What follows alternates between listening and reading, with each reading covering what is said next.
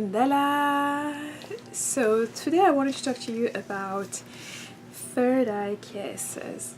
I think it's delicious December. It's just a great opportunity to talk about love and to share more about love. And as I've mentioned, I'm going to share with you bits and pieces of things that may just brighten your day or bring a smile to your face, or maybe give you like the mushy feelings that we do have when we're just thinking and exploring love. And what came to mind was to talk about third eye kisses. I think this is such a neat, beautiful way to feel love and to exchange love and to just be close to other people in a different kind of way, in a softer way. I think a lot of time we think about, kissing people. We are really thinking about kissing on the lips and the mouth, and which is really great and nice and juicy and all that stuff, and all that good stuff. But third eye kisses have a different signification. I think I remember from one of my past relationships, this person with whom I was together for about 10 years, and I remember that the first date we went on, and that was the first thing that he did. At the end of the date, instead of going for the traditional kiss like everyone else usually does, he basically gave me the longest and sweetest third eye kiss. And I remember at that moment that I knew I was going to be with him for a very, very long time. It was just the sweetest things to me, and I think we really just connected that moment from the emotion that he had going straight from my third eye. It just established a certain connection, an intimacy there between the two of us.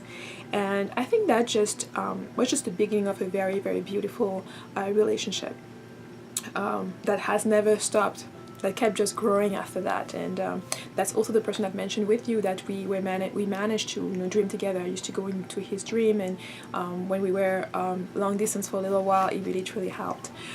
So this is really just to let you know that the third eye kiss is really something that's soft and nice, and that we need to explore and use more. Sometimes I feel kind of sad for the younger folks, because in my days when I was a teen, we used to have those house parties when it was somebody's birthday, and everybody was just waiting to slow dance and have this kind of romance. Guys used to carry your books, used to walk you to classes. When I was in college, my boyfriend at the time also did carry my books, walk me to classes, came to pick me up after the class, and things like that were just nice and sweet, and they just gave us the time to slowly build up that intimacy, slowly get to know each other and talk for hours and hours and hours. And I know that as girls, we love to talk. I'm sure the guys don't love to talk as much, but in the courtship moment, guys are much more willing to be more open about their feelings, and being open about discussing and exchanging more. And so I think it's a really wonderful time to get to know each other as much as possible, and at least in the first instances before the relationship gets any deeper. I always wanted to say that third eye kisses are kisses that are sweet, but they also tie into the spiritual aspect. The third eye, when people say you're connecting to the divine through your third eye, you're able to perceive things differently. I believe that my third eye was open a long time ago, just because of the things that I'm able to sense and see and know. I think it's also like when they say, the eye is a window to the soul. So when you're already just connecting with somebody and looking at each other's eyes before that kiss even come into play, you're already establishing sometimes a connection that is much deeper than our bodies, much deeper than the things around us. And this earth is really, I think, a deeper spiritual connection. And so when you add on top of that the gesture of someone blessing your third eye by a kiss, or you blessing someone else's third eye by a kiss, and creating that additional intimacy. And I think when you even thinking about energy work and the fact that when your energy is cycling through your body and having that exchange with that person through your third eye, it's just one of the sweetest, I think, the sweetest and deepest experiences that I've had.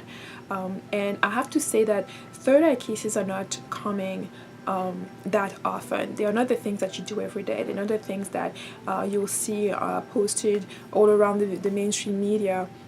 And maybe it should, but it comes more in a different kind of way. You see it as something that's a little bit more rare, like a little rare crystal or something like that, something that you really truly appreciate but you don't get every day.